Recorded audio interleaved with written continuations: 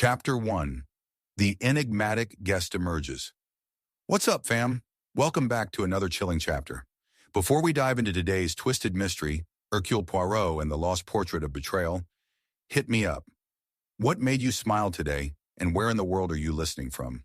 I'm featuring your stories in the next drop, so don't be shy. Now grab your tea, dim the lights, and get ready, because nothing in Whispers in the Fog is ever what it seems.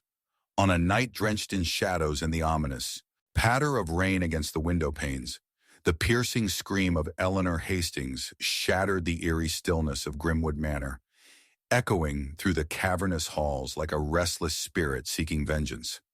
The flickering candlelight barely illuminated the figure sprawled on the marble floor, a crimson pool spreading beneath the lifeless body of Lord Beaumont, his expression frozen in horror.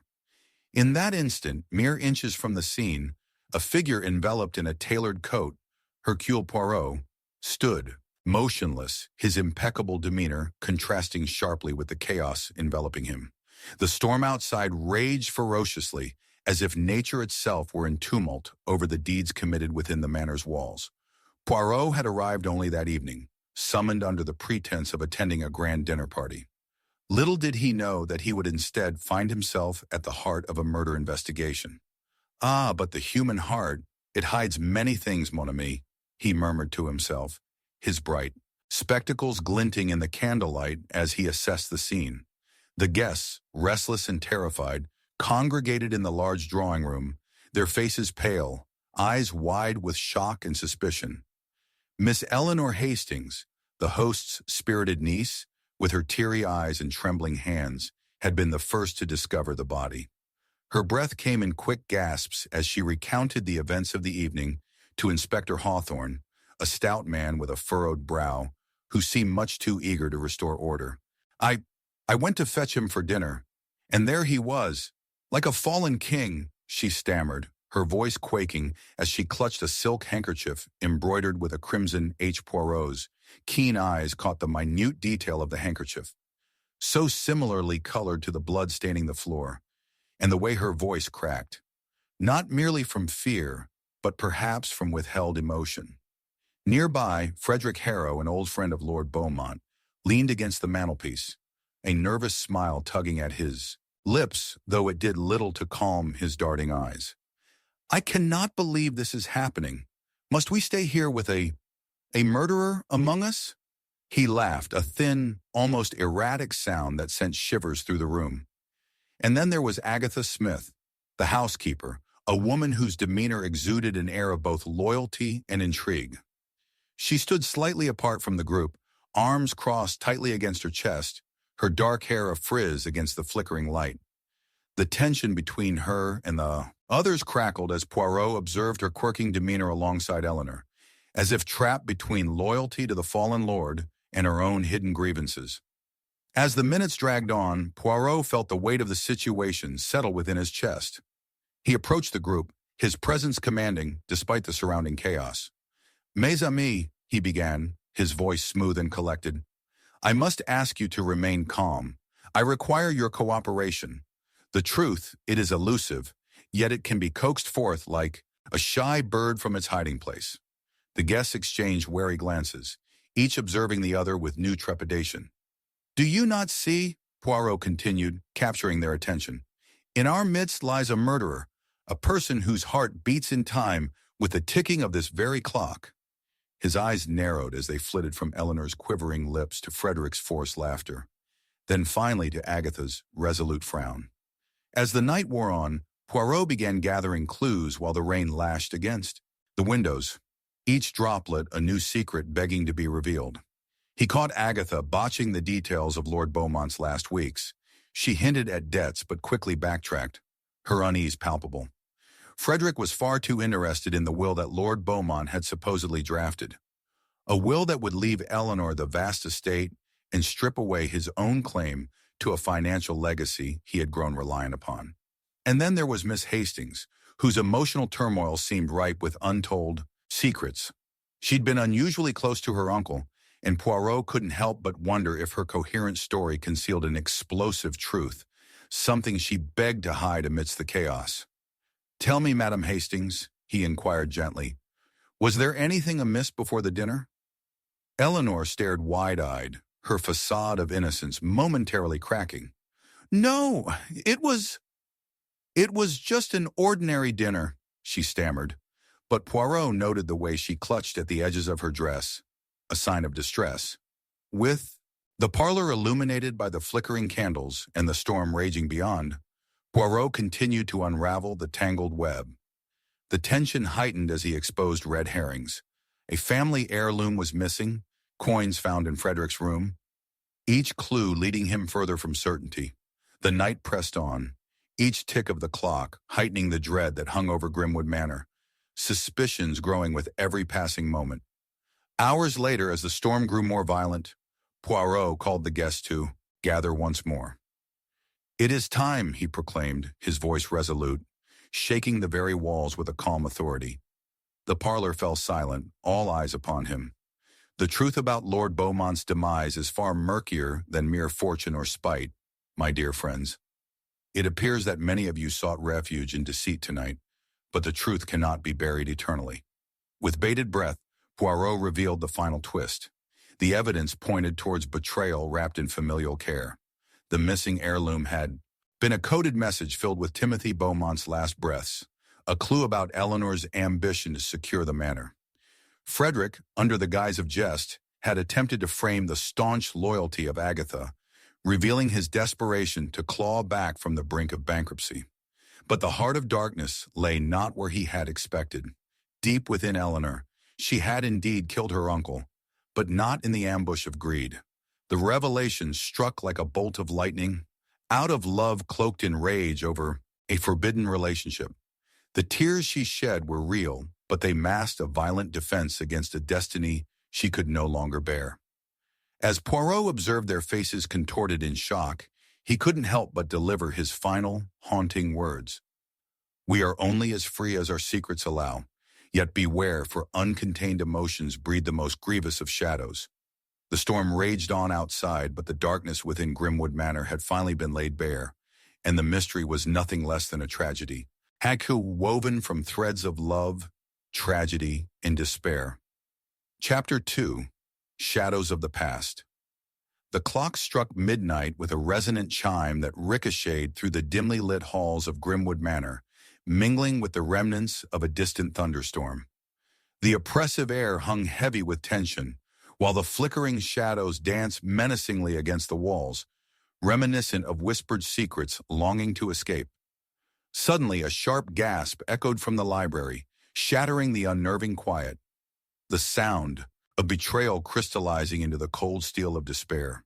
There, beneath a towering stack of ancient tomes, lay the lifeless body of Frederick Harrow, his hand clutching a tattered letter that whispered of old sins and buried truths. Hercule Poirot, drawn once more into the depths of despair within the manor, leaned against the doorframe, his eyes narrowing in contemplation. "Ah, but the human heart, it hides many things, mon ami," he mused softly, his mind racing to comprehend the motive that would lead a man to death in a sanctuary of history and intellect. The eerie glow of the candles cast an unsettling light upon the scene, while the storm outside raged anew, as if nature conspired to mirror the turmoil within which Poirot found himself entangled. Among the troubling tableau, three figures lingered, each cloaked in their own shadows of the past.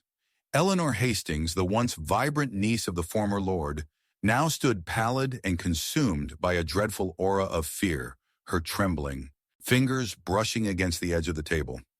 Why must this place be haunted by such darkness?" she stammered, her sparkling eyes now dulled, reflecting an abyss of dread as they darted toward Poirot.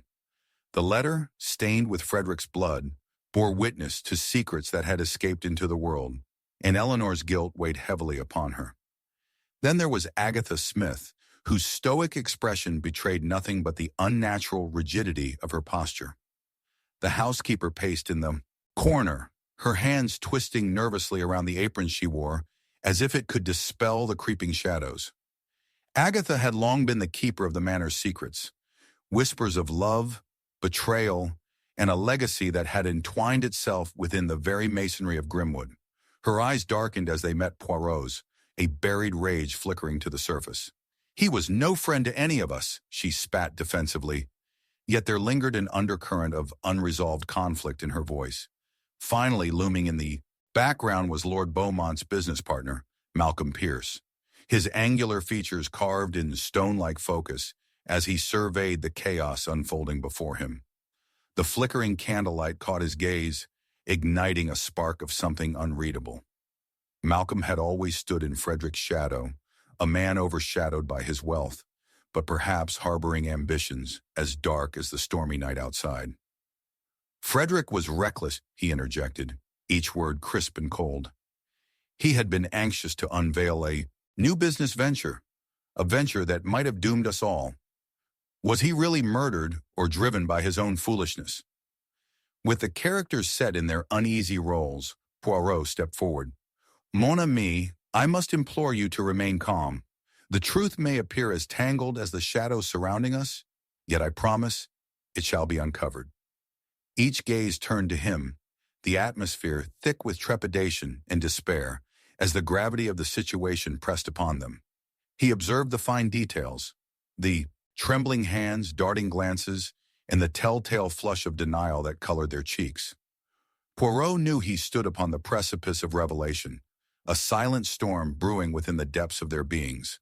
Within the dimly lit library, Poirot set about unraveling the threads of deception woven into their fabric. He began by probing deeper into Eleanor's strained connection with Frederick. "Tell me, Madame Hastings," he asked, his voice a soft cadence, "were you aware of any disputes, perhaps financial in nature, that may have existed between Mr. Harrow and your uncle?" Eleanor's eyes widened, panic mingling with sorrow as she hesitated. We had disagreements, but nothing that could... we were family."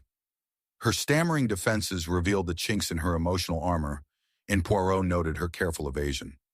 Turning then to Agatha, he inquired, "And you, dear Agatha, you have known the family for many years. Surely you possess knowledge of past grievances?" Her expression hardened, lips pressed into a thin line. "The Lord was a man of his word, but power changes everything, Monsieur Poirot. He favored Frederick's desires, even when they threatened ruin for all of us." Poirot noted the tension in her chest, the way her voice grew taut with resentment as she suppressed memories of long-standing frustrations. Lastly, he cornered Malcolm, whose veneer of calm belied the raging storm within. "Ah, Monsieur Pierce, you appeared to have benefited greatly from Lord Beaumont's passing. Could the destruction of your business be an incentive for murder?" Malcolm clenched his fists, his jaw tightening visibly. "Frederick was impulsive. He sought to break free from Lord Beaumont's legacy, but I would never resort to such vile treachery." The indignation in his voice flickered with a hint of desperation, exposing yet another layer of suspicion. As the investigation deepened, Poirot found himself ensnared in a web of red herrings. Frederick's letter, filled with cryptic references to hidden assets buried beneath layers of loyalties, suggested a conspiracy far deeper than mere financial ruin. Eleanor had torn it from a trunk filled with old family artifacts, an emotional plea or a calculated betrayal. He saw glimpses of her anguish reflected in the verses, a lament for a past laden with unspeakable grief.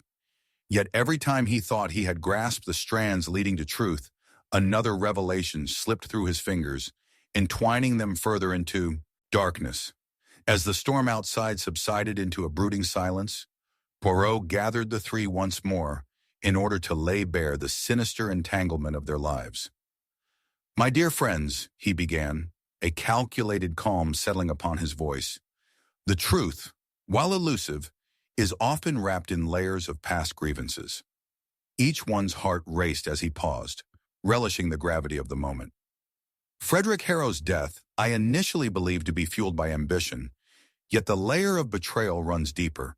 The body of evidence points towards intentions steeped in secrecy. A vendetta, perhaps?" Eleanor's gaze dropped, and Agatha's composure faltered. Poirot continued, his voice slicing through the tension like a sharp knife. "But I was mistaken. Frederick had not perished solely due to ambition or malice. No, it was you, Monsieur Pierce, who intended to eliminate those who would thwart your ascent. Yet it was your desperation to cling to power that led to your betrayal. Malcolm recoiled, his mask of indifference momentarily shattered. You cannot accuse me of such things, he shouted, but his eyes flickered with doubt. Poirot's eyes shone with the clarity of his revelation. Yet the real orchestrator of betrayal was none other than dear Eleanor. Yes, it was her emotional turmoil that drew Frederick into her web, and in the heat of a confrontation, it was she who acted in defense of a legacy he sought to destroy. The letter, it was merely a scrap of the profound connection they had, skewed by passions unfulfilled. He paused, letting the finality of his words linger in the air.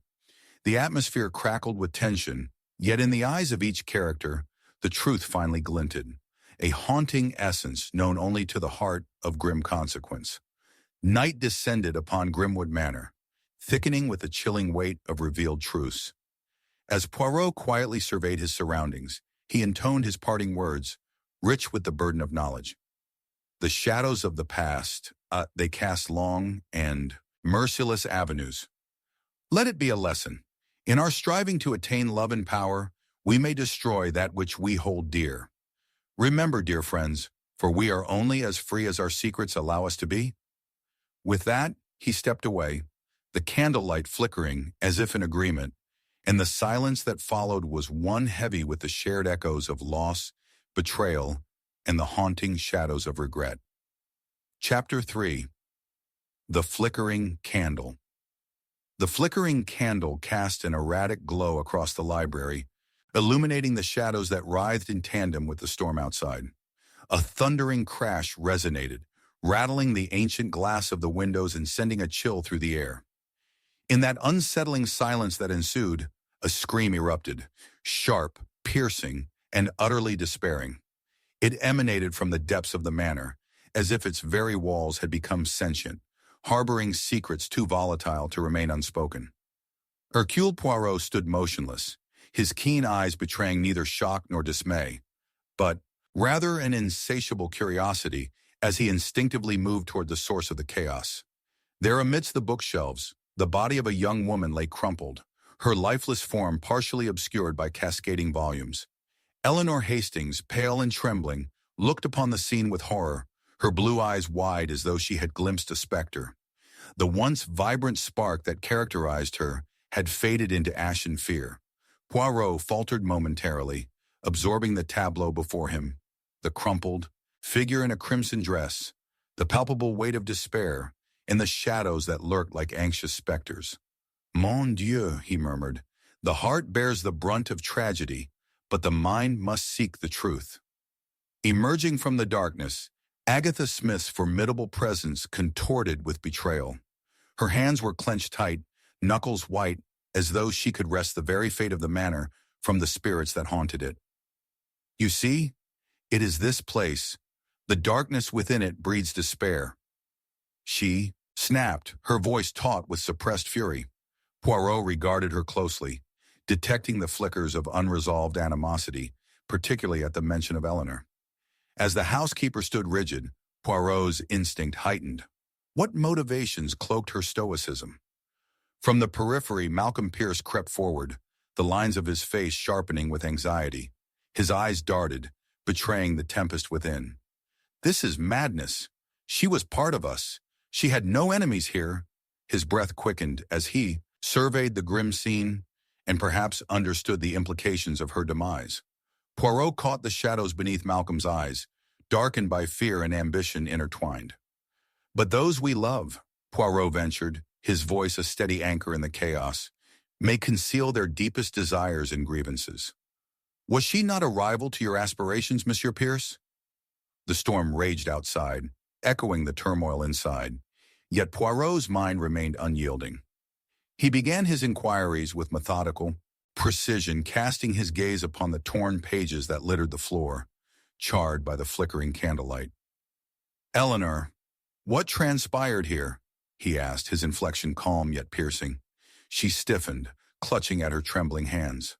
I found her like this, she stammered, but Poirot perceived the flicker of a lie within her hesitation.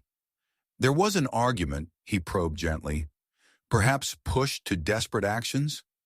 As despair washed over her features, the air thickened with unspoken truths. Agatha interjected with an anger barely restrained. Do not twist words, Poirot. We may all have grievances, but to accuse— Poirot silenced her with a purposeful glance. My intention is to unravel the thread that binds us, dear Agatha. Fear not the truth. Embrace it. The sharpness of his words bore a duality, as Poirot understood deceit lurked in the corners of their minds, ready to pounce. With steely resolve, Poirot directed his attention to Malcolm, whose facade was crumbling.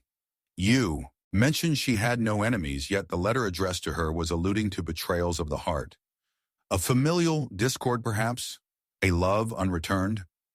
Malcolm recoiled, the stark color draining from his face. Love has no bearing in this, he snapped defensively. But Poirot detected the pulsating undercurrents of his emotions.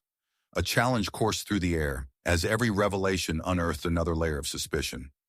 As the investigation unfolded, heartbeats echoed in the confines of the library, enveloped in a profound silence occasionally punctuated by the storm outside. Poirot noticed details missed by the others. The vase knocked over, scattering petals across the floor, a sign of struggle unrecognized. The open drawer where Eleanor kept her letters, now unceremoniously emptied. Emotions were more tangible than the evidence at hand.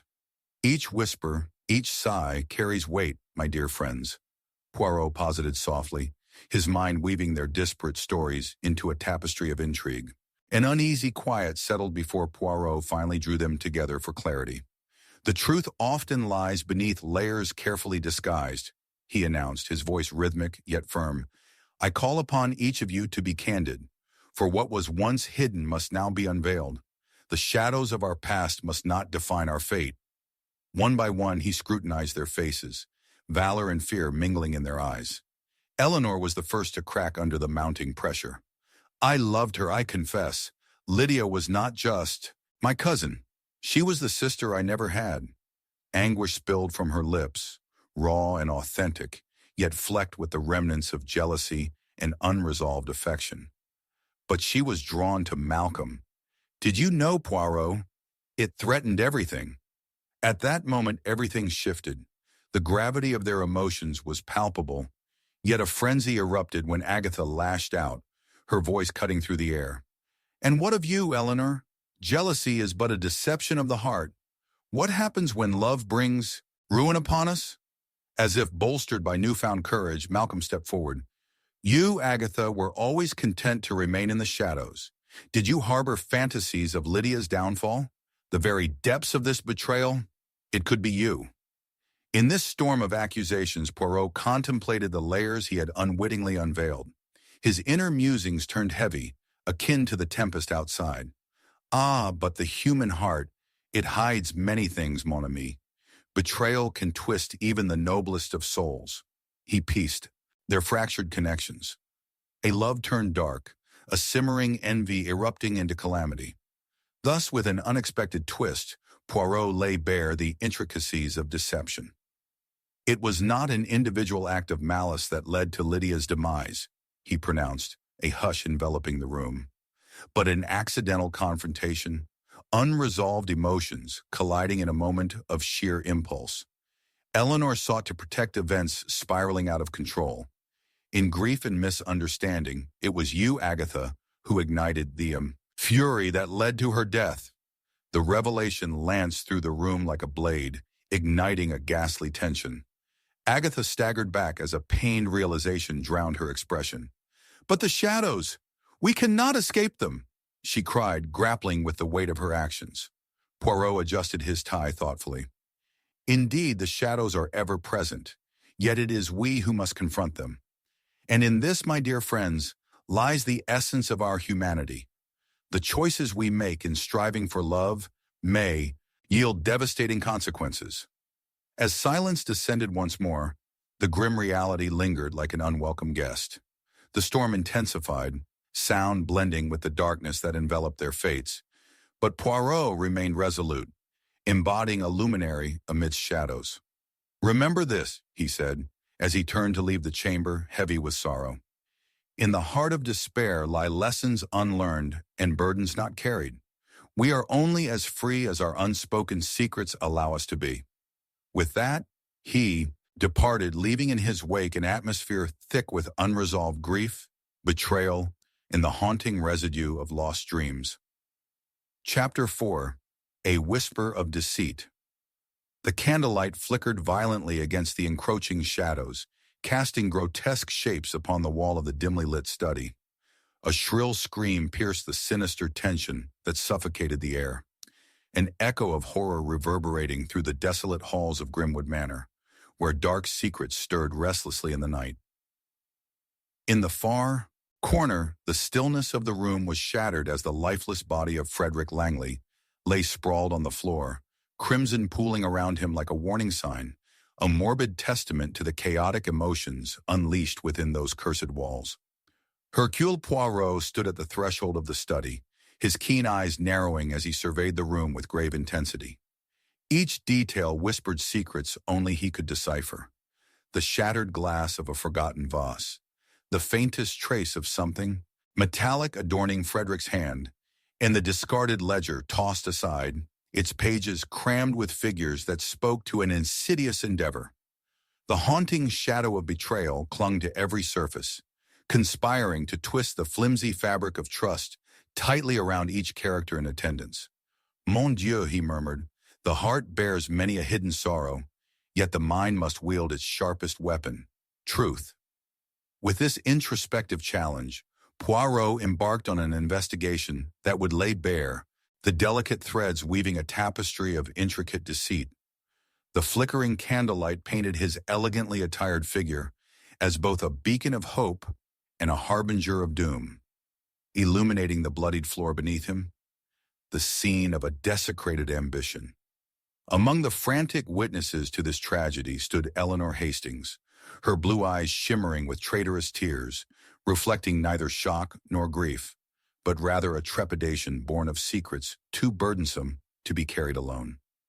Once an ally, devoid of malice, now she wore the guise of a potential adversary, her heart evidently torn between loyalty and a past imbued with envy.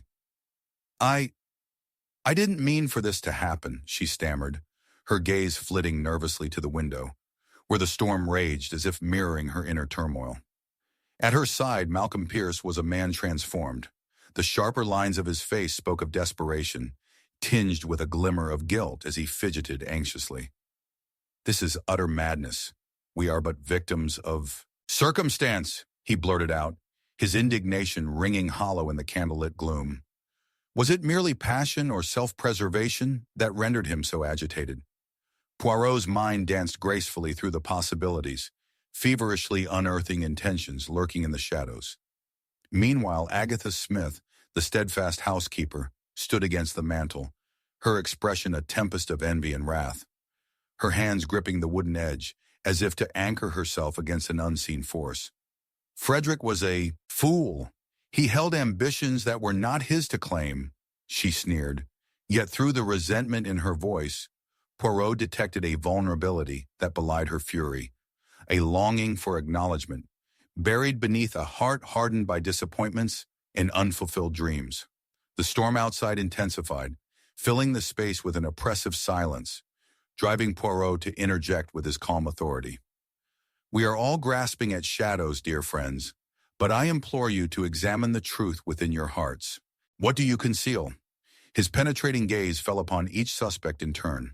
Doubt simmered in the air, and buried animosities began emerging from the recesses of their minds. With meticulous precision, Poirot began to piece together the fragments of their tangled narratives. He probed Eleanor first, his words as delicate as gossamer threads. You were close to Frederick, no? I detect the residue of an unfulfilled promise. Did it not ignite a spark of loyalty, or perhaps something more perilous? Her face flushed, the pale skin now tinted with guilt. We had our disagreements, she replied softly, but how could I wish harm upon him? Agatha interjected, spite lacing her tone. Lust and ambition can sow discord, Poirot. One must wonder about Eleanor's true motives. Was not Frederick the very next step in your race for success? The accusation hung heavy in the air, a dagger thrust into Eleanor's churning emotions, and for a fleeting moment, it was as if their secrets had momentarily intertwined, forging alliances within the confines of dread. Yet Malcolm was undeterred. A facade of innocence cloaked him, but Poirot noticed the tremor in his hands, the sweat lingering upon his brow. "You think to probe into my intentions?" he blustered, but within his voice lay the distinct edge of vulnerability. "The greater question is, what of you, Agatha? You have long harbored resentments against Frederick. Perhaps you were eager to see him silenced, traumatized by competitors." The fire of accusations ignited a volatile atmosphere, and Poirot, ever the observer, took a moment to frame his next words.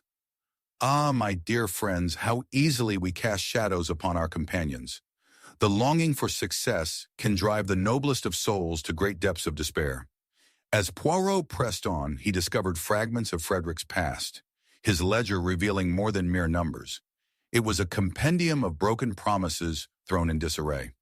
The whispers of financial ruin tantalized the minds of each suspect, spiraling accusations that fuzzed the emotional clarity of their hearts.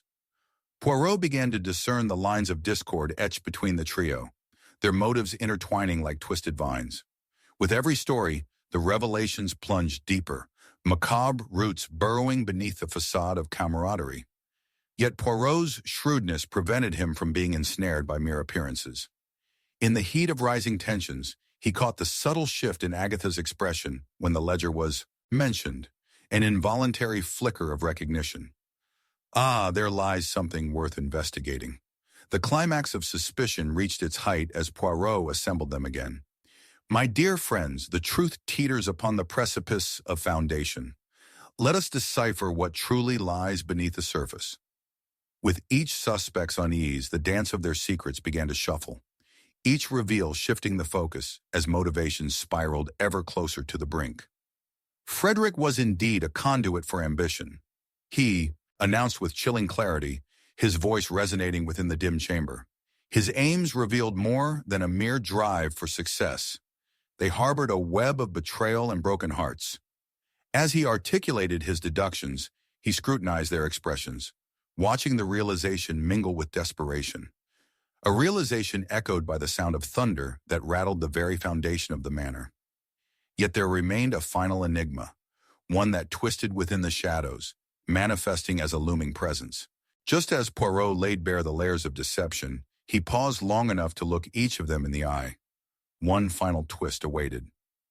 "It was not merely a single betrayal that inspired this tragedy," he murmured, pausing for dramatic effect, "but the accumulation of envy married to unrequited love. Frederick was not murdered by a single hand, but rather met his end at the confluence of emotional upheaval orchestrated by the very insecurities that bound you all." Gasps filled the air, their reactions, expressive yet layered. But the true wielder of the dagger, the one who ignited this inferno, was not merely one of you, but a confluence of your darkest natures. Poirot leaned in, the candles dancing as if foreshadowing the emotional tempest. "By casting stones, you inadvertently conspired in the ruin of a soul." A sickening realization fell across the suspects. One who believed they'd orchestrated this dreadful symphony was merely an instrument in a chaotic ensemble of emotion. Poirot's eyes shimmered with understanding, and he concluded, "In seeking to silence betrayal, you have all penned a cacophony of anguish that reverberates through the heart of Grimwood Manor. Remember, we are never truly free. We remain ensnared by that which we allow to dwell within the shadows." And with that, Poirot turned and stepped into the night, leaving behind a tempest of unanswered questions and the haunting echoes of his words. A revelation not merely unveiling a murder, but a meditation on the human heart where darkness often danced with the light. Chapter 5. The Art of Misdirection. A chilling scream echoed through the dimly lit corridors of Grimwood Manor, reverberating against the grand mahogany walls, slicing through the oppressive silence that had settled like a thick fog. Poirot paused at the threshold of the ornately carved doorway, his brow furrowing as he surveyed the scene before him. Another tragedy shadowed by the relentless tempest outside. There, amongst the chaos, lay the body of Malcolm Pierce, his face contorted in fear, a dagger protruding cruelly from his chest. Mon Dieu, Poirot murmured, stepping cautiously into the room, wary of the silence that thickened around him. It was an all too familiar tableau of betrayal and emotion unfurling beneath the storm's furious rage. He knew well that the heart could hide myriad secrets, and this night was destined to unravel many. The storm's roar mingled with the unspeakable tension that hung palpably within the confines of the room. Still he approached, his white-gloved hands resting thoughtfully beneath his chin, while shadows danced as if mocking the soul that had just departed. Eleanor Hastings stood to one side, her blue eyes wide, reflecting an emotion verging on panic. I I didn't mean for this to happen, she stammered, her voice trembling as she glanced from Poirot to the lifeless form before them. Just beyond her, Agatha Smith, the housekeeper, stood rigid, her expression a tapestry of triumph, laced with horror. Good riddance, I say. Malcolm was naught but a burden to us all, she spat, her hands clenched at her sides.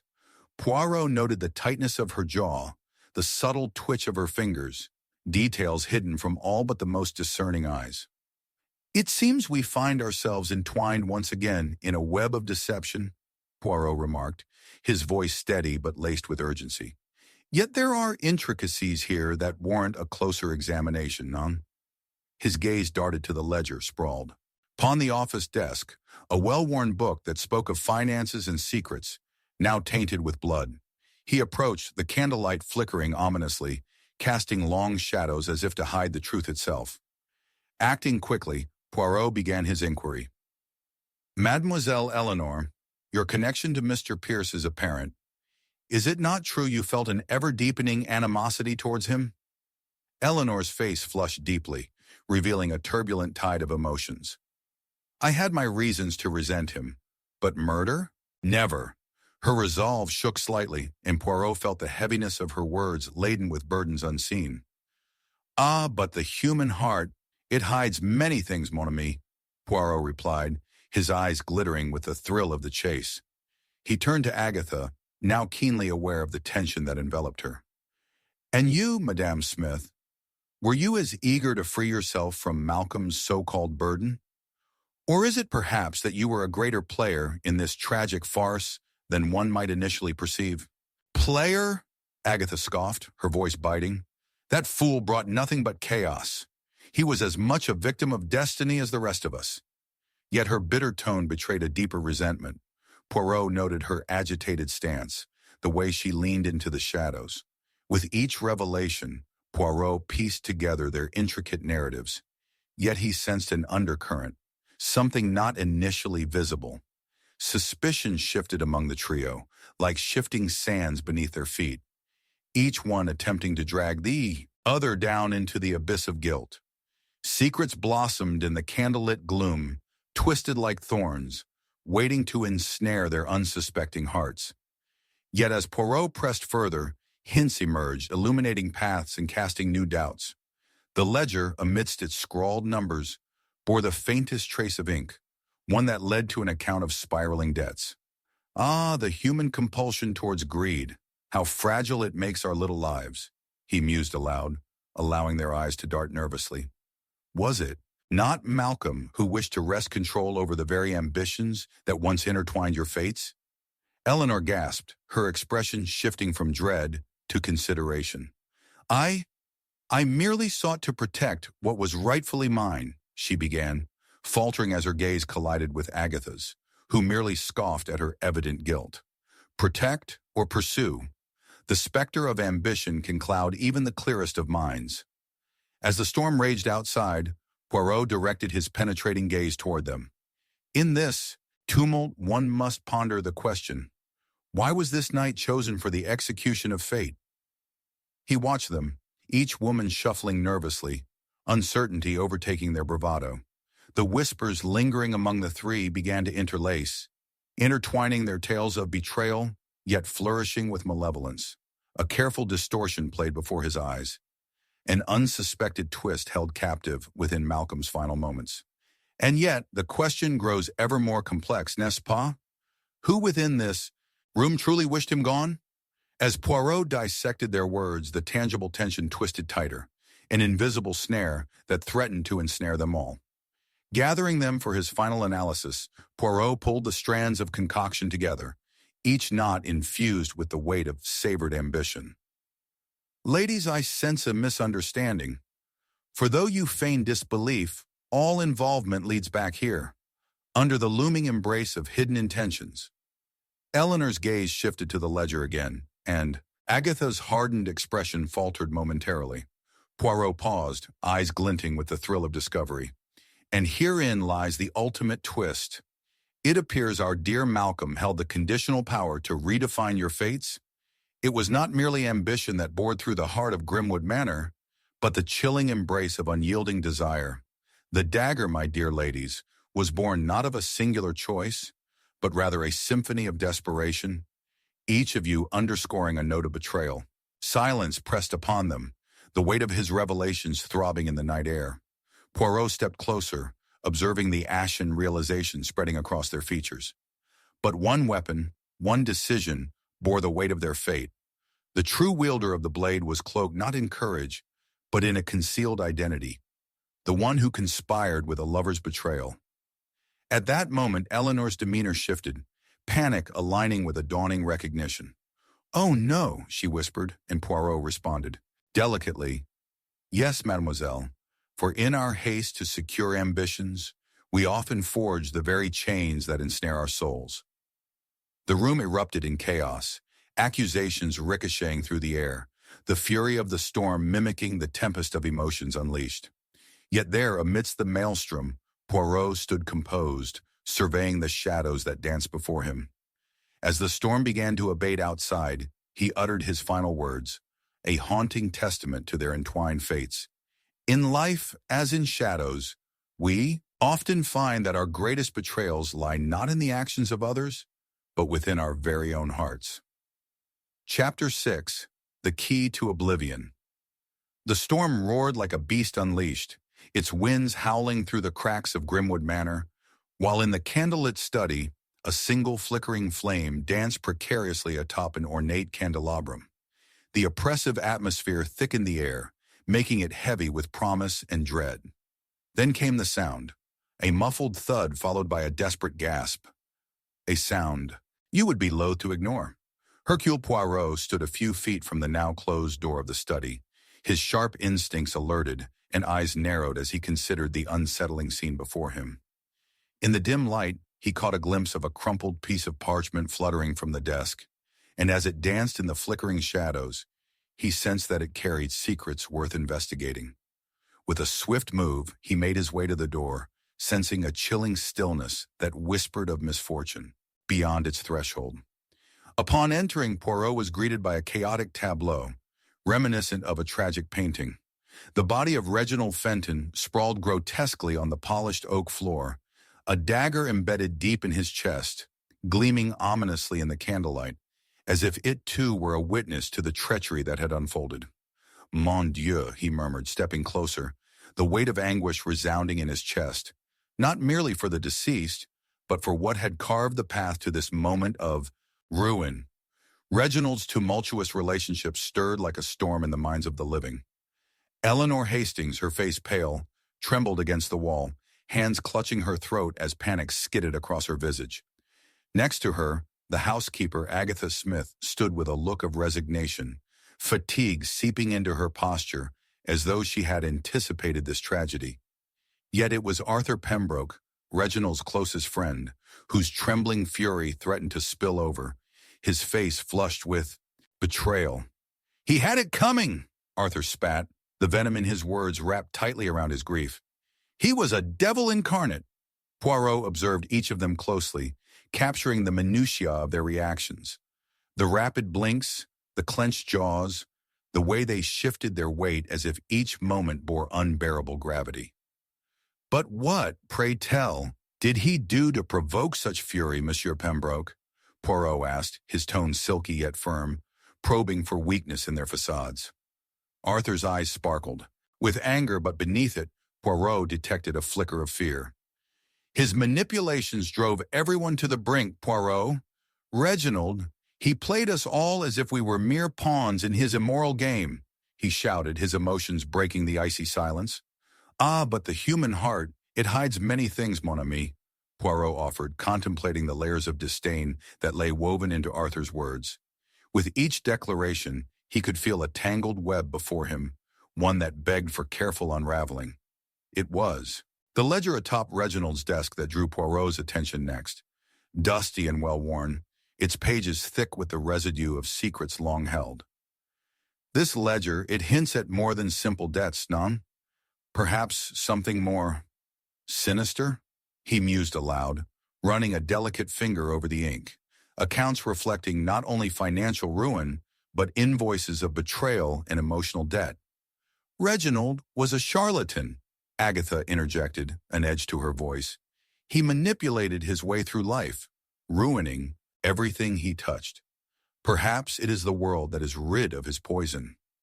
Yet as she spoke, Poirot noted the tremor in her hands and the fleeting fear in her glaze. Shouldn't the housekeeper's glee be tempered with sorrow for the dead? Then you, Madame Smith, bore the burden of his chaos, yet cherished it like a well-worn coat? Poirot asked, raising an eyebrow. Or perhaps you wished to shield yourself from the consequences of his actions? She fell silent, and in that silence he sensed something deeper lurking, hidden from view. As Poirot gathered the threads of this tragic tapestry, the storm outside mirrored the chaos within the room. Eleanor's voice cut through the weighty silence, trembling but resolute. We are not guilty of his death, Poirot. We were merely players, dancing to his tune. Ah, but every dance has a lead, mademoiselle, he responded, the calmness in his tone contrasting with the growing anxiety in the room. It is vital to uncover the truth hidden among the chaos. As the investigation unfolded, every suspect danced around a truth cloaked in shadows. Betrayal twisted their loyalties, dimming their minds. Eleanor claimed to be a victim of Reginald's whims, recalling stories of broken promises and emotional manipulation. Arthur's bitterness painted a portrait of a man wronged, yet his eyes flickered with a sorrow that spoke of deeper ties. Agatha's icy mask cracked slightly with coiled frustration, her sarcasm failing to mask a sense of regret. Yet the resolution remained elusive, stretching the tension like an elastic band about to snap. It was when Poirot uncovered a hidden correspondence beneath the ledger, letters entwined with sentiments of love, envy, betrayal, that a sudden revelation struck him fiercely. The identity of the messenger who intertwined their fates morphed like shadows under candlelight. Could it be, he murmured thoughtfully, his mind racing, the dagger that struck true is not merely a tool of death, but rather a reflection of hearts entwined in a tragic dance? Each one of you shuffled your truths through this symphony of animosity. In that moment, a squall of truth raged within the room, revealing a most unexpected twist. Arthur's brow furrowed as he stumbled upon a revelation in the letters. It appeared Reginald had spoken of unveiling a secret relationship involving Eleanor and Arthur that could unravel their lives. Oh no, he whispered in horror, realizing it was not merely the desire for retribution but a haunting love that bore witness to the chaos. It was then that Poirot stepped back, bearing witness to a reality shifting beneath their feet, a tangled mesh of hearts, fears, and the very worst of intentions. It is the consequence of buried truths, is it not, my dear friends? He asserted, simmering in the tension that filled the air, thick as the storm outside. In our despair, our hearts have betrayed us, fueled by unspoken desires and relentless envy, Poirot concluded, gesturing toward the letters. For within lies the true key to oblivion. He left them with their shattered illusions, knowing that they were forever marked by the weight of their own contradictions. With but a mild sigh, Poirot departed into the depths of the night, leaving behind a cacophony of shattered lives and unmanageable grief. In seeking to silence our desires, we only open the door to the abyss, he whispered to himself, the darkness enveloping him like a shroud, leaving a lingering echo of his profound insight behind. Chapter 7. The Ghost in the Gallery. The painting hung precariously, a specter shrouded in shadows, a haunting visage whose eyes seemed to follow every flicker of movement in the dim light of Grimwood Manor. As the thunder clapped outside, echoing through the desolate halls, the figure flickered momentarily beneath the canvas, as if imbued with a breath of life. Hercule Poirot stood before it, the air around him crackling with the ominous energy of the storm, his senses heightened to the peculiarities of the night. The midnight hour bore witness to an event that would irrevocably entwine the legacies of the living and the dead. A muted cry echoed from the gallery, piercing the solitude of the manor. Poirot turned sharply, drawn by the sound. He instructed his companion, Inspector Reddington, to follow closely as they navigated the winding corridors, a light only with the flickering of oil lamps. Each step heightened by the dreadful anticipation that thrummed like an incessant pulse. Upon reaching the gallery, the sight that greeted them was both captivating and macabre. Lady Vivian Dunn, a prominent art collector and the host of the evening's soirée, stood wide-eyed, trembling at the foot of her prized painting. Her hands fluttered as if to ward off an unseen presence, the fear palpable as she stammered, "I saw her, Hercule." The ghost of Lady Marguerite. It appeared before me, warning of doom. Much like the tempest beyond their walls, the atmosphere in the gallery grew thick with apprehension. Lady Vivian, once a woman of poise and elegance, succumbed to her fear, her breath quick and shallow. It was not only the shock of the supernatural that gripped her, but a profound horror that lay clutched in her heart. Lady Marguerite had been the previous owner of the painting, a woman whose life was shrouded in scandal and whose death remained an enigma. Rumors whispered that she had met her end, in these very halls, betrayed by those she trusted most. The heirloom art was said to be a conduit to her restless spirit, an eternal reminder of both ambition and deceit. "Mon ami," Poirot addressed Reddington softly, his voice steady as the tension escalated around them. "The human heart, it hides many things, yet some secrets refuse to remain buried in the canvas of time." He leaned closer to Lady Vivian, his gaze penetrating the veneer of her anxious facade. "You claim to have witnessed a ghost, yet did you not find it curious that none other have experienced this apparition?" Lady Vivian's eyes darted, and Poirot noted how her voice cracked. I do not know. I felt her presence, her sorrow. Perhaps it is a warning, a message of impending tragedy." With every breath that passed her lips, Poirot sensed a deeper involvement within her, a connection banked upon the embers of guilt and regret. But before he could delve further, the commotion in the gallery shifted focus. Mr. Lawrence Grayson, the manor's curator, emerged from the shadows, less shaken but no less suspicious. "Lady Vivian is yet again losing herself to artistic fantasy," he said with a dismissive wave, his tone dripping with condescension. "That painting fuels her delusions. It's only a canvas, after all." As Poirot observed him, he saw a man punctuated by cynicism, his posture erect, yet exuding a worried tension. Grayson had devoted his life to the heritage of arts, but the legacy of Lady Marguerite, it seemed, troubled him in ways beyond mere historical passion. "Do you not find it extraordinary, Mr. Grayson, that you would so readily dismiss her fears?" Poirot asked, his steady gaze ensnaring Grayson's retreating confidence. "What if the veil between our world and the next is thinner in this abode of betrayal?" The curator turned pale at the implication, his eyes betraying a flicker of worry that did not escape Poirot. In the corner, a third figure lingered. Margaret Maggie Dunn, Lady Vivian's enigmatic sister, known for her quiet resolve. Yet beneath her calm facade, Poirot perceived a restless tumult poised to breach the surface. "Have you not seen what resides in that portrait, Miss Dunn?" "Could you?" he ventured, but Maggie's gaze hardened. "It was an accident," she interjected sharply, harshly cutting off Poirot's thoughts. "Lady Marguerite's death, a mere consequence of circumstance. Perhaps we should cease dwelling on folklore and confront the reality of our lives?" Yet her voice trembled, scarcely masking the anguish heaved beneath a veneer of strength. With tensions cascading like the storm lurking beyond the manor's walls, Poirot took stock of the tableau before him, recognizing that each character concealed a truth intertwined with desire and betrayal. As the storm raged, they circled one another like caged creatures, secrets poised to unravel. The following hours cascaded in disarray as Poirot summoned the trio to his study to sift through their intricate narratives. The Tempest outside roared, winds shrieking through crevices, echoing the tempest of emotions swirling in the room. Each suspect spun their tale.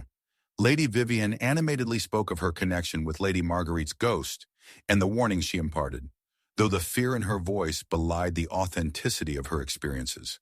"I could never betray her," she proclaimed, her desperation rising.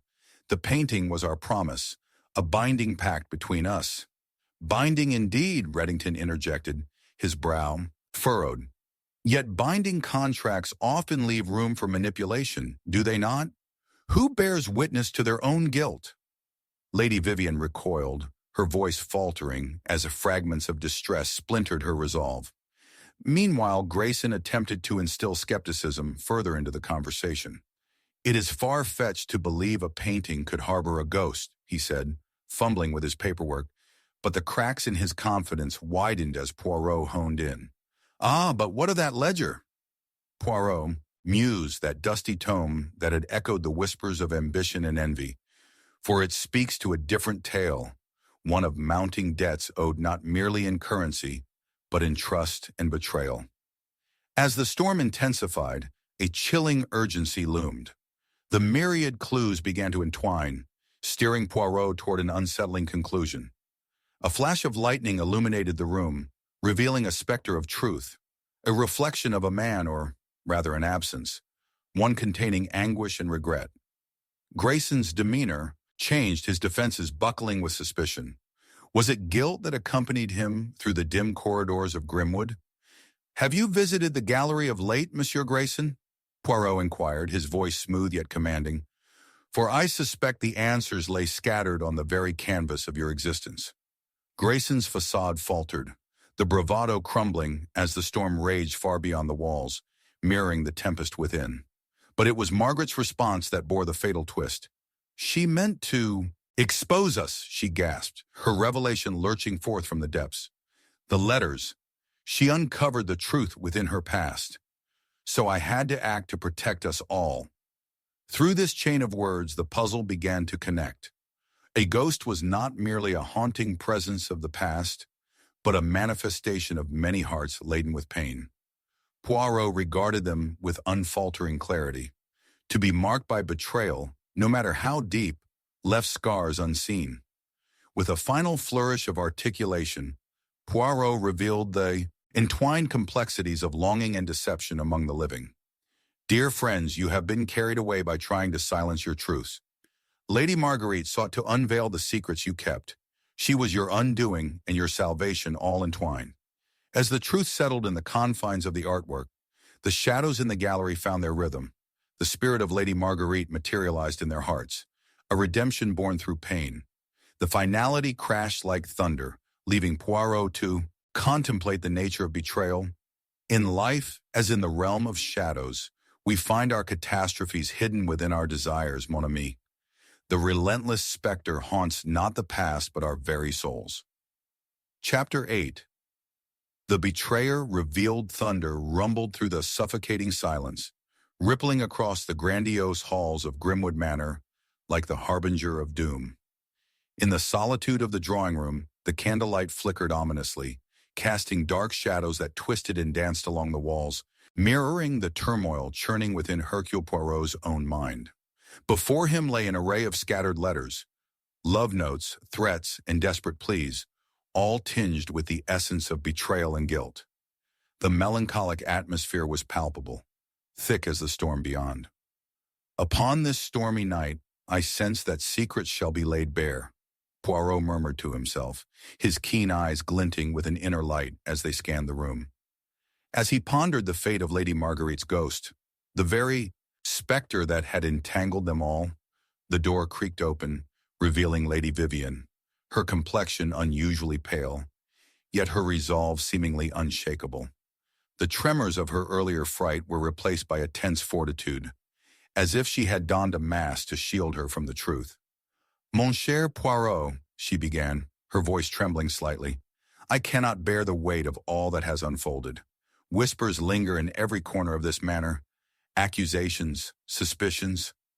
She looked away briefly, her gaze settling on the painting looming above the mantelpiece, its dark hues ever so ominous in the candlelight.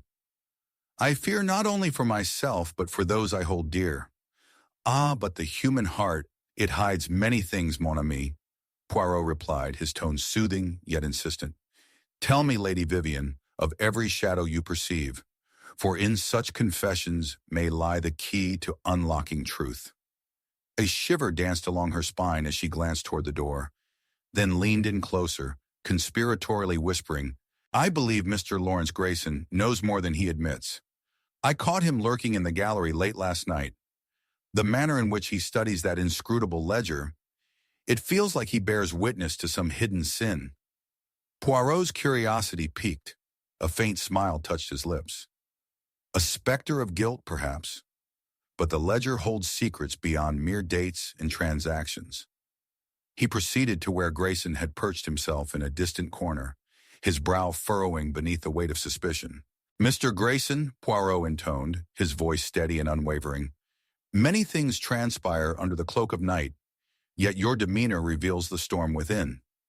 The curator met Poirot's gaze, indignation flaring momentarily before he regained composure. You are mistaken, Poirot. I am merely an observer of art's legacy, nothing more. Yet as he spoke, his fingers trembling betrayed his anxiety, sending a delicate shiver through the air. Lady Marguerite died under tragic circumstances. What more? Would I have to gain from dwelling upon her unfortunate fate? The truth, Mr. Grayson, is often more intricate than mere circumstance, Poirot replied, drawing closer to the curator. Pray, what if I were to suggest that your ongoing fascination with Lady Marguerite's past stems from a far deeper connection? What if the legacy you protect bears the weight of your own trespasses? Before Grayson could respond, Margaret Maggie Dunn, the ever-quiet sister of Lady Vivian, entered her presence, akin to a shadow sliding through dim light. The air thickened with her palpable disarray. You are wrong, Hercule, she said unexpectedly, her voice edged with sharpness. We cannot continue to scrutinize one another. It is our shared trauma that binds us. Her brows knit together, revealing a conflict buried beneath her calm facade. Trauma indeed, Miss Dunn, Poirot interjected, an inquisitive gleam igniting in his eye. It seethes beneath the surface of all emotions, like a storm brewing at sea. Yet, one must ask, do you harbor feelings toward Lady Marguerite beyond mere guardianship? Your defensiveness betrays an implication of deeper ties. As she squared her shoulders, anger simmering in her expression, Maggie's voice quivered with conviction. Lady Marguerite's death was nothing more than a consequence of circumstance. She was a reckless woman, playing her own games, and we paid the price for her folly. The air in the room shifted palpably, tension coiling tighter. Poirot nodded slowly, his mind alert to the unspoken fact that each character in this treacherous drama encapsulated hidden truths. And you dare suggest, Poirot said calmly, that this recklessness was born of innocence? The intricate web spun by needle and thread often conceals secrets far greater than we imagine. As the storm outside raged with renewed vigor, Poirot began to delve deeper into the narrative spun from the night's earlier revelations. Tell me of the letters, he demanded with a touch of fervor, sensing the reluctance to divulge something crucial. Do they reveal any connections to our dearly departed Lady Marguerite?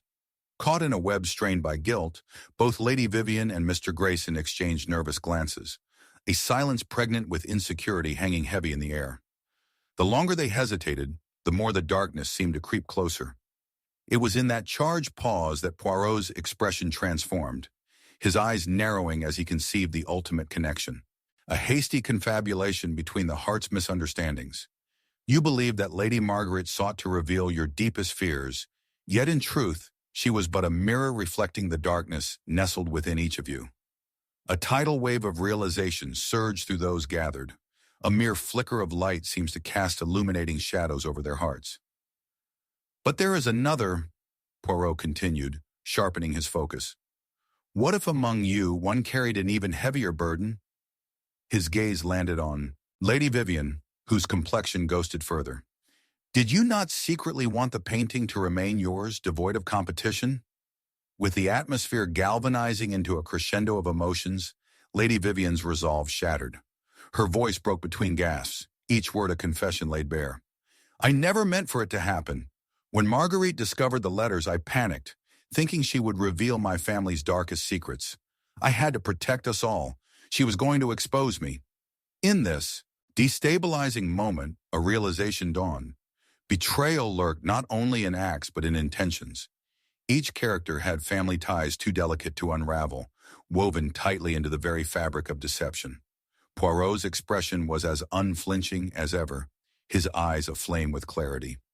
In escaping the ghosts of the past, you have summoned a new horror, a relentless torment that will forever haunt your souls. Silence enveloped the room like a shroud, heavy with the weight of their fateful decisions. They were marked not by singular wrongdoings, but by the intricate tapestry of blame stretched taut across their lives. Looking deep into each of their eyes, Poirot concluded, My friends, in your desperation to preserve innocence, you have ventured away from the truth of your existence. Haunted by your betrayals, the specter of Lady Marguerite shall remain, a reminder that it is not merely darkness one must confront, but the shadows tethered tightly to one's heart. As the storm roared on outside, the winds rattled the very foundations of Grimwood Manor, leaving Poirot standing amidst shattered lives and haunting truths, delivering the poignant echo of a life lived in shadow. Chapter 9. Clue in the Chaos. The air thrummed with a tension that crackled like electric current as a distant scream echoed through the labyrinthine halls of Grimwood Manor, carried on the gusts of a malevolent storm. Shadows danced wildly, distorted by the flickering candlelight. Where moments earlier had stood but a solemn gathering, a figure lay sprawled against the cold, polished floor. Lawrence Grayson, the curator whose secrets had threatened to unravel the tightly woven fabric of their lives. His eyes were wide open, staring into the abyss of the unknown, while a single crimson drop marred the pristine white of his shirt. Mon Dieu, Poirot murmured, instinctively stepping closer, yet keeping the detachment of a seasoned observer. The fluttering shadows seemed to whisper of a greater horror, as he silently took in the chaotic scene, the scattered letters, the half-open door that swung eerily with the wind, and the others standing frozen like statues, riveted by a tableau of dread. Ah, but the human heart, it hides many things, mon ami, he reminded himself, inner thoughts racing faster than the tempest outside. In the eye of the storm, Lady Vivian stood, her countenance bereft of color, trembling yet resolute. He wouldn't, she stammered, each word a fragile feather, buoyed by a gale of uncertainty. What happened here, Poirot? He was with us moments ago. Her voice cracked at the edge, a tremor slicing through the tense air. Margaret Maggie Dunn was next, her demeanor fidgety as she gripped the lapels of her coat. We should alert the authorities, she suggested, her eyes darting to the door, revealed as a sanctuary from the chaos within. But this cannot be happening. We were simply discussing the painting. Her distress buried a different kind of urgency, a deer in headlights caught between guilt and fear. Poirot's gaze flitted from one character to the next, pulling at the strings of their turbulent emotions, seeking the telltale signs hidden beneath the surface. Calm yourself, madame, he urged, his presence like a guiding hand against the chaos. Grayson is but a victim of the tempest outside, though his demise holds only the beginning of truth. We must not act rashly. Then there was Lady Marguerite's spirit, a specter entwined in their lives like a thread of silk and shadow. Every emotional turmoil, every unspoken grievance bore weight beneath the haunting painting that hung just above the mantel. Unbeknownst to the three of them, Grayson had been working on uncovering the secrets held within that canvas, secrets too perilous to be unleashed. With precise movements, Poirot knelt beside the body and noted the details others might overlook. An inconspicuous smudge of soot near Grayson's fingertips, the slight crumple of a letter half tucked within his jacket. Lady Vivian, do you recognize this? He asked, his voice cutting through the rising tension with surgical precision as he unfolded the letter. Its content leaped into the light, a wild confession revealing a clandestine affair, the words wavering in anguished ink. Lady Vivian flinched, her shock palpable. "That was not meant for you to find," she hissed, the truth revealed like a bitter fruit on her tongue. "I did not. It was only for him to understand." "Yet it seems he understood all too well, madame," Poirot responded, his eyes alight with the gleam of insight. "This affair, it binds you both in ways that transcend mere words." Maggie, shifting anxiously between the two, found her voice. "There lies a burden in our family, Poirot. Secrets we could not expose, even to save ourselves." Her resolve, like her sister's, trembled dangerously, revealing motives layered like the very fabric of their lives. "Then there is another possibility," Poirot pressed gently, drawing from their reluctance like a painter pulling color from a palette. "You, Monsieur Grayson, were seeking the truth in this affair? No? Armed with such revelations was a dangerous endeavor." He witnessed the collaborative exchange of sidelong glances between the ladies as the tension thickened. Like a tide revealing its riches, clues unfurled before him, yet in the cacophony of their emotions lay a glaring distraction. The more he uncovered, the more he felt reality fracture at the seams. Each thread tightened around the three of them, identities swirling in murky waters. As the storm raged on, intense and foreboding, Poirot rose to his feet, his mind a whir of both intention and confusion. "But wait, there is one who remains shrouded in mystery," he announced, pointing a finger toward the velvet-clad portrait of Lady Marguerite above the fire. "This painting, its significance is paramount. Its unveiling acts as a mirror to your reality." The room chilled, breaths caught in suspense. "You all believe it to be a mere representation, yet what if it bears witness to untold truths and regrets?" Grayson drew from its depths, and in doing so, unearthed secrets that could destroy your familial ties. Suddenly the door creaked open, a gust of wind enveloping the chamber, reverberating through the voluminous darkness as a new figure emerged. It was Algernon, a friend of Grayson, who appeared breathless, face flushed with urgency. "I heard the commotion. What has happened?" he barked, his eyes scanning the haunting tableau, landing bitterly on Grayson's body. Poirot's keen gaze caught every detail, the glint of fear in Algernon's eyes, the quickened pace of his breath, and the palpitating pulse of tension that enveloped the room. "Monsieur Algernon, welcome to this fatal gathering," he remarked, his tone deceptively polite, yet laced with gravitas. "You arrived just in time to witness the unraveling of a fabric woven from deception." "What fabric?" Algernon retorted, brow furrowing with indignation.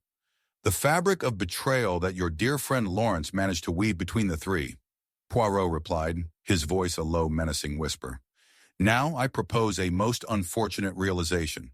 As much as Grayson sought to protect your secrets, it seems the fear of exposure has resulted not merely in death, but in an act of unforeseen betrayal." He removed the letter from Grayson's jacket and held it aloft, watching as the light flickered against the twisted emotions on the faces surrounding him. A confession, intertwined with love and revenge, it seems, a jealous heart trapped within its desires.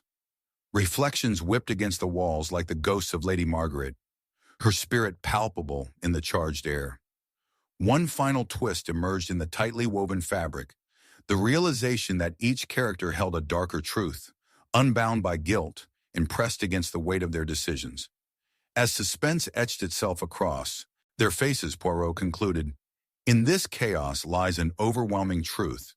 It is not the ghost of Lady Marguerite that haunts you, but the shadows you carry with you, all that love, betrayal, and guilt manifesting amongst the living. Blinded by your desperation to safeguard one another, it is you who have unwittingly created your own doom." The darkness descended with finality, leaving Poirot the sole bearer of truth amidst cascading shadows. "Now, dear friends, as the storm rages on, understand, this betrayal is not born merely from intention, but rooted in the hearts of those unwilling to face their own tumultuous reflections." Chapter 10. The Web Tightens. The incessant rumble of thunder echoed through the decaying halls of Grimwood Manor, a harbinger of the malevolence that lurked within. Lightning sliced through the darkness, illuminating the pallid faces of those gathered, revealing fleeting expressions of fear. their souls mere marionettes dancing to the strings of treachery. Putty, the flickering candlelight, shadows stretched like obsidian fingers, clawing their way across the ornate walls adorned with the haunting visage of Lady Margaret. It was among these phantoms that a whisper of confession stirred. I cannot bear the weight any longer. Poirot stood mid-room, a steadfast lighthouse amidst a tempest of emotions. Ah, but the human heart, it hides many things, mon ami, he murmured to himself, extracting elucidation from the chaos. His observant gaze swept over the three main suspects. Lady Vivian, elevated yet fragile like a porcelain doll, was a tempest of guilt battling against her resolute facade. Near her, Algernon, the friend with whom Grayson had had a complicated relationship, paced nervously like a caged beast, attempting to mask the turmoil within. Across the room, Maggie, her eyes frantic yet deceptively calm, clutched a family heirloom. A locket, perhaps, harboring not just memories but unspeakable pain. The body of Lawrence Grayson lay, sprawled across the cold marble floor, a still display of the life abruptly extinguished. His death reverberated like a haunting melody through the very fabric of their lives, each character tethered by secrets and burdens invisible to the naked eye. Poirot endeavored to unravel this complexity, his mind akin to a delicate clockwork, moving fluidly even in a storm's chaos. We must maintain our composure, he declared, his voice smooth yet authoritative, for within our shared tension lies the truth. A heavy silence enveloped them, punctuated only by the rapid ticks of a nearby clock, a cruel reminder of time running relentlessly forward.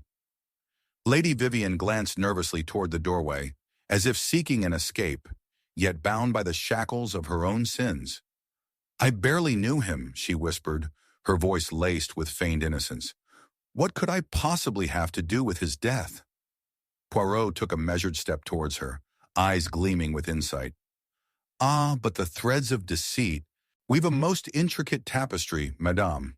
Motives shift and swell like the tide. Tell me, did you not hold secrets that could have wreaked havoc upon your family's legacy?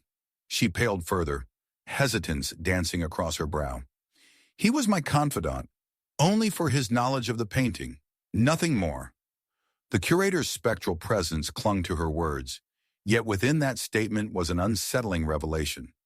Grayson, torn between loyalty and revelation, had perhaps become overwhelmed by the weight of the secrets he uncovered. Poirot seized upon this uncertainty, allowing suspicion to blossom like poisonous roses among the audience that hung breathless in anticipation.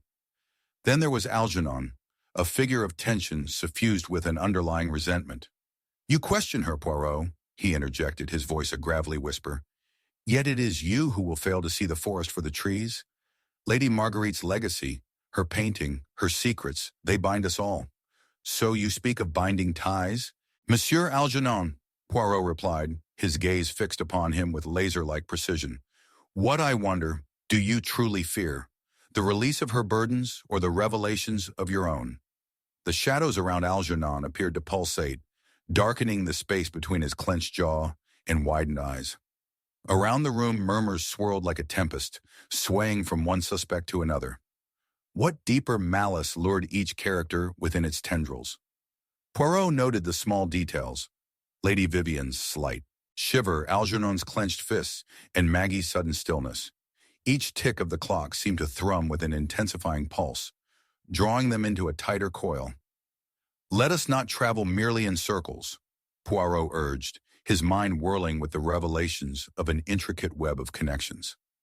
It is time we sift through this chaos to unveil the truth about the evening that led to Mr. Grayson's untimely demise. He approached Maggie with a keen intensity, finding her gaze darting not only toward her sister but also lingering uncomfortably upon the closed door beyond. What burdens do you hide, my dear? Perhaps not just voices carried by a painting? I have no part in this, she declared, her voice rising sharply yet faltering at the edges, an echo of undeniable fear. I was with Lady Vivian the entire time. We were just discussing family matters. Poirot's brows knitted in deep contemplation. Their words formed a fragile barrier, yet exposed the trembling hearts beneath. Layers of Motives he now dissected methodically. Then what of Lawrence's inquiry about that very painting? Surely you must reckon that his death is a consequence of a most unholy secret, an attempt to safeguard your family based upon the ties that bind and entwine? Suddenly, a flash of lightning illuminated the dim room, all faces momentarily silhouetted in dramatic contrast, the tension palpable as shadows danced. In that fleeting moment, Poirot recognized a crucial truth hidden among their familial arrangement. Wait, he interrupted, the air thick with mistrust. There lies within the dark marrow of this affair a revelation far more potent than mere animosity. His eyes traced towards Grayson's lifeless body. Perhaps the motive is far removed from revenge, and something lurking beneath the surface beckons forth. He turned with fervor toward the portrait of Lady Marguerite, bathed in an ethereal glow despite the shadows that swirled around it. What if Lady Marguerite, now a creature of legend, whispered secrets through her painted visage? Is it not possible that the painting embodies a truth one would do anything to protect? A tremor rippled through the group, uniting their fear. The air thickened with anticipation, tension interlaced with doubt. I have it now, Poirot asserted, his composure unwavering. An affair that both binds and breeds betrayal. Each of you, a conspirator caught in an intricate cage fashioned from fear and longing. And yet, someone among you remains, unaccounted for. Just as he spoke, Algernon erupted, his voice fraying into urgency. You suggest my culpability, Poirot, yet I harbored no desire to harm my friend. We were like brothers. Poirot's eyes narrowed, piercing deeper into Algernon's protests. Ah, but like brothers can mask deeper sentiments. Subtlety, my friend. Such cunning can spiral forth in the heat of hidden desires. And then came the final twist, a chilling revelation like a wisp of fog suddenly illuminated in the dim light. I contend, Monsieur Algernon, that your desires are intertwined within the fabric of non-attachment, a mask worn to protect a heart torn between love and fear. The red herring is that your friendship was only a facade. With this thrust of recognition, Poirot unveiled the truth in full, exposing the veiled animosities beneath. You feared Grayson would reveal the affair. You wanted to protect your own heart by silencing the truth. The room erupted in a symphony of gasps, a palpable realization drawn tight across their faces. Each character stood irrevocably implicated, layered beneath a mist of unforeseen lies, emotions swirling as storms raged outside. And so, as the walls of Grimwood Manor tightened their embrace, Poirot offered his conclusion, voice resonating with clarity. Mon ami, we are captive to our own webs of betrayal. Alas, each choice pulls tighter the noose that binds. The dark heart of this tragedy has not merely claimed a life. It has ensnared the very souls before it. With the storm crashing against the stone walls, laughter and anguish reverberated through the corridor, a haunting serenade, each heartbeat echoing a longing for redemption forever lost. Chapter 11. The Final Reveal. A low, dissonant chime from the ancient clock resonated through the dimly lit halls of Grimwood Manor, echoing ominously as the tempest outside roared with malevolence. Shadows flickered against the ornate walls, twisting into sinister visages under the feeble candlelight. Poirot stood, absorbed in a complex tapestry of human emotions, where every heartbeat seemed steeped in treachery and regret. The air was thick with the weight of lingering secrets, each breath a reminder of Lawrence Grayson's unjust demise. The storm had primed the atmosphere for confrontation, wrapping the manor in shrouds of darkness that mingled with suffocating tension.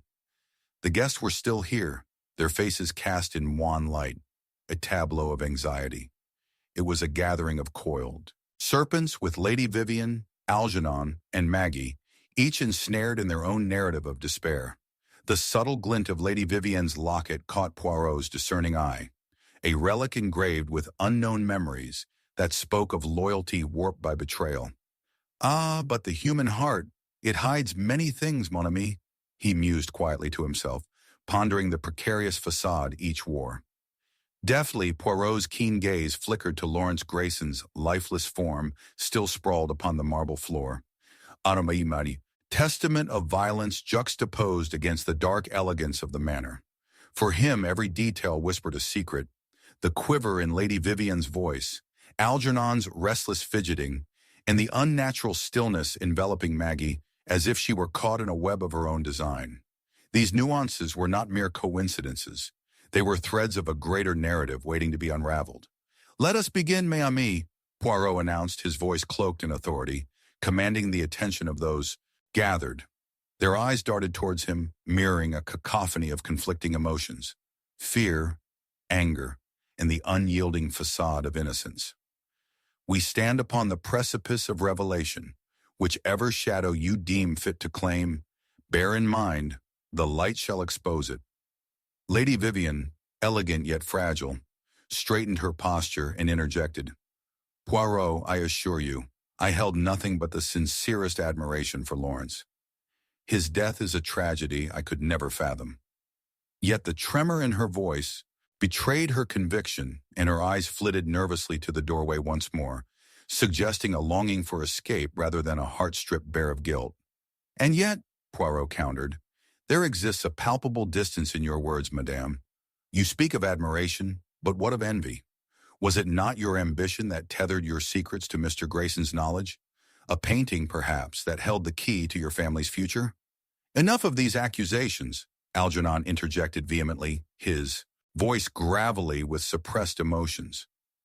"You place the wrath of suspicion upon her, Poirot, when the blade could just as easily point back at you. Have you not, in your own pursuit of truth, overlooked the hidden corners within yourself?" His glinting eyes contained both fear and defiance, echoing unresolved tensions that hinted at deeper animosities.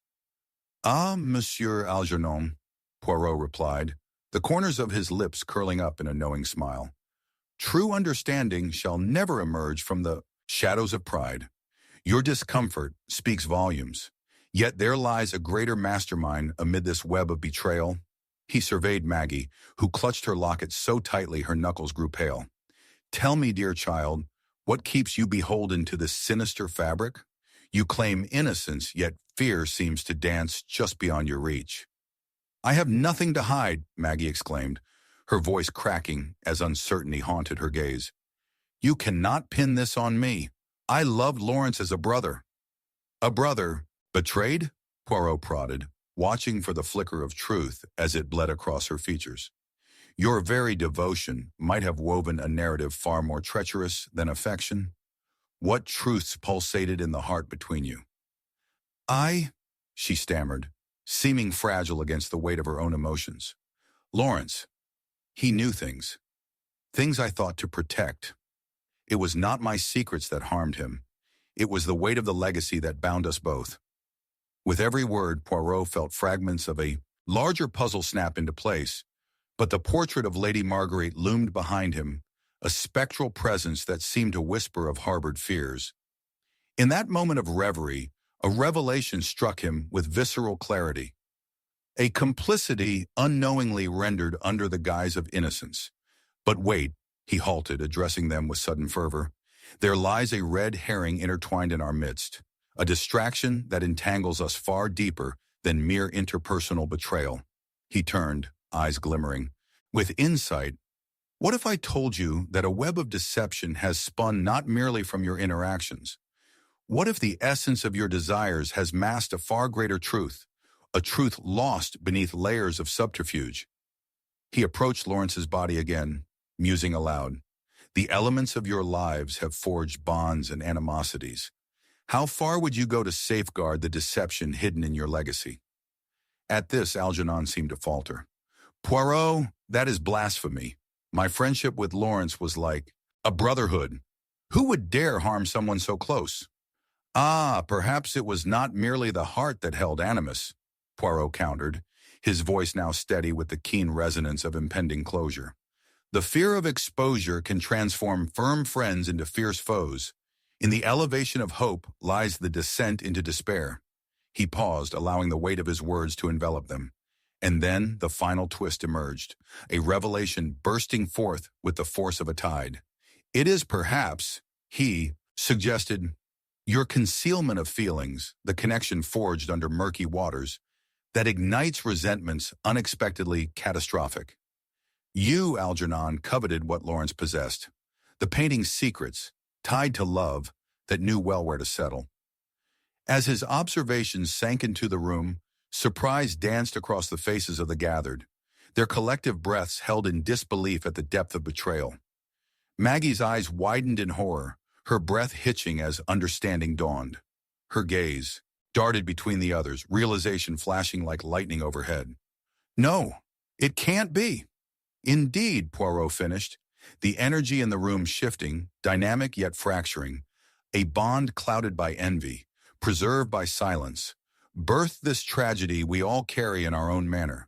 For Grayson sought to confront the truth, and in that very act of defiance, he became a man trapped. As the storm lashed against the manor like an avenging spirit, a chilling sentiment settled within the air.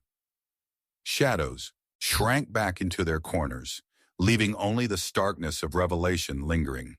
Poirot, standing amidst the turmoil, remarked with the elegance that had become his trademark, "Mon ami, we must mourn what is lost, not solely the life extinguished, but the innocence we have willingly relinquished. Each betrayal, each undisclosed heart has etched irrevocable scars across destinies entwined. The river of betrayal runs deep, swift, and unforgiving." With those words cascading into the silence, the remnants of despair lingered like uninvited guests. The truth had risen from the depths, revealing its haunting face, a poetic jest from the shadows of their own making. In the heart of Grimwood Manor, bonds once thought indissoluble lay shattered, as despair intoxicatingly replayed the symphony of betrayal anew. Chapter 12. The Portrait of Betrayal.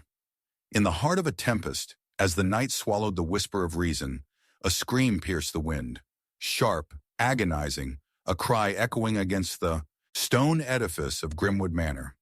Outside, the storm unleashed its fury, lightning illuminating the forsaken garden where tendrils of ivy clawed at the walls like fingers reaching for salvation. Inside, the air was thick with dread, a confluence of fear and anticipation that stung the senses, wrapping the guests in a suffocating embrace. It was within this haunting tableau that the lifeless figure of Lady Vivian Gresham was discovered, her delicate form lying sprawled upon the grand staircase, a darkened locket clutched in her pale hand, glinting ominously in the flickering candlelight. Hercule Poirot stood at the entrance of the hall, his piercing gaze surveying the chaotic scene with the keen eye of a maestro poised to conduct an ensemble of disarray. "Mon Dieu," he murmured softly, for within this tragedy spoke of deeper wounds, betrayal interwoven with threads of love, jealousy, and ambition. The storm outside was but a mirror to the tempest brewing within those who had once called her friend. As the guests gathered in anxious clusters, their faces drawn tight with shock, Poirot moved with an elegance born from purpose. He knew instinctively that each heartbeat here was a note in a dark symphony orchestrated by shadows of hidden desires and long-held grudges. Among them stood Algernon Rayner, his hand twitching ever so slightly as he gazed in horror at the scene. Once he had adored Lady Vivian, an admiration that had twisted painfully into suffocating envy as he wrestled with the reality that she had never truly looked his way in her shimmering world of ambition. "How could this have happened?" he stammered, voice catching in his throat, a desperate plea that rang hollow. Across the room, Maggie Bloom, her youthful face clouded with dread, clutched the fabric of her dress as if it might anchor her to sanity. The quiet whispers surrounding her were harsh, laden with implications that sparkled like daggers in the dim light.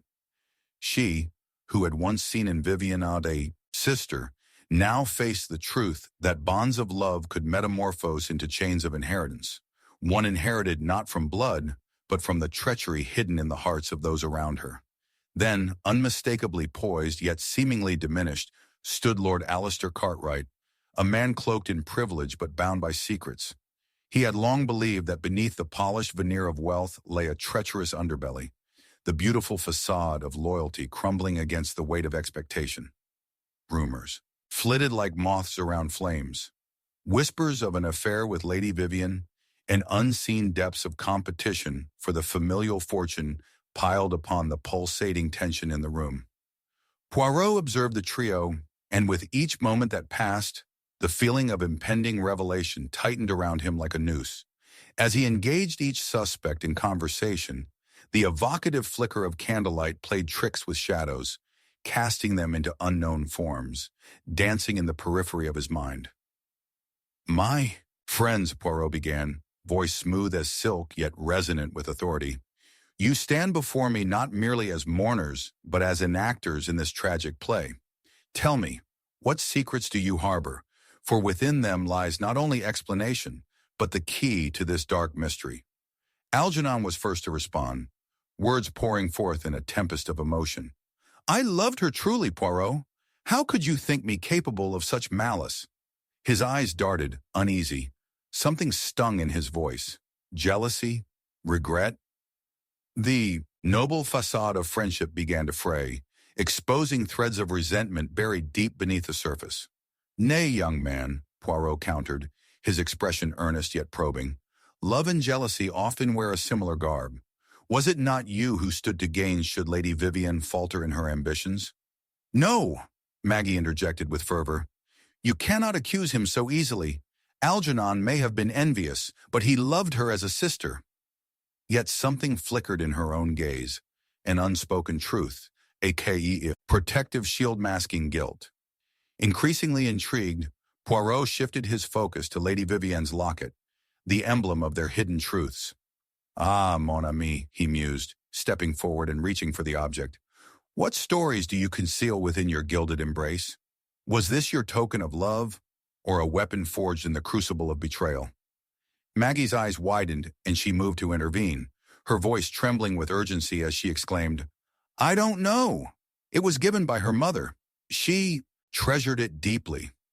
Yet there, in Maggie's distress, Poirot detected the tremor of a lie, a fear intercalated with a longing hidden just beneath the surface. "Fear not, chérie," he comforted her gently, studying the incongruities unfolding before him. "For in this portrait of betrayal lie the contours of your own heart. What were her secrets that made you recoil, frightened? Would you risk more than mere love for the sake of a legacy?" She faltered, glancing at Algernon, whose composure was unraveling before her eyes, revealing layers of unacknowledged emotions. She began, hesitating, eyes reflecting a waterfall of regret. "She was not who I thought her to be. I loved her, yet she plotted against everything I held dear." Just then, Lord Alistair stepped forward, his voice smooth yet laced with disdain. "And you, Maggie, were not innocent. What of your plan to sabotage her? It is known you harbored great resentment over her inheritance." The accusation hung heavily, reverberating off the stillness that enveloped them. "Such claims, Alistair, are no more than shadows flung against the wall to deter from one's own guilt," Poirot interjected, the thread weaving throughout his familial tapestry now becoming clearer. "The weight of envy, how it binds, how it obscures. Was it not you who turned the other eye while coveting her wealth?" In this storm of accusations, an icy chill wrapped around them, a shroud of uncertainty falling as the truth loomed closer. Poirot could feel it, each piece converging into an elegant, albeit sinister, entirety. At that moment of stillness, a thought flickered, a possibility so treacherous it sent shivers coursing through him. He had overlooked one core emotion, one never before addressed within the tangled web. And then, with a calculated breath, he declared, "A tapestry of lies woven not in singular strands, but in collective tangled threads of revenge. Lady Vivienne, one who sought to popularize her familial legacy, had fallen prey to her own ambitions. Was it her vaulting desire for ascension that beckoned the enmity? Ah, ladies and gentlemen, how easy it is to ensnare ourselves in the portraits we cultivate." The room was still, the air thick with realization and betrayal. The very legacy Vivienne sacrificed everything for became her undoing, leading each of you to a brink where ambition became murder, each desiring her fall. Algernon gasped, recognition dawning with horrid clarity. "No, Vivienne was her family." His trembling unspooled into fragments of anguish. hands shaking as the weight of their actions slammed down upon him. Maggie's heart shattered into splinters, comprehension dawning as she stammered, "But she was my sister." With dramatic flourishes that had become his signature, Poirot concluded, "Mon ami, the darkest enmities lie obscured beneath what we wish to believe. The portrait upon which you all gazed was indeed an illusion, a reminder that each betrayal we harbor toward one, another inevitably leads to a canvas soaked in blood. Regrets haunted your souls, yet none knew she was both friend and foe." In the hushed aftermath of despair, Poirot turned, the candlelight capturing the glimmer of cold triumph that stirred within him. "And thus," he murmured softly, "we must mourn not only Lady Vivian, but every fractured hope that remains hidden within our hearts, entangled in the snares of betrayal." As he left the room, a storm still raging outside but sanctuary within, bolstered by the bitter chill of revelation, he cast a final glance over his shoulder, his voice a whisper that lingered in the air. "Beware, mon ami, for within the depths of desire lies the potential for destruction. Be you ever vigilant against the whispers of the heart."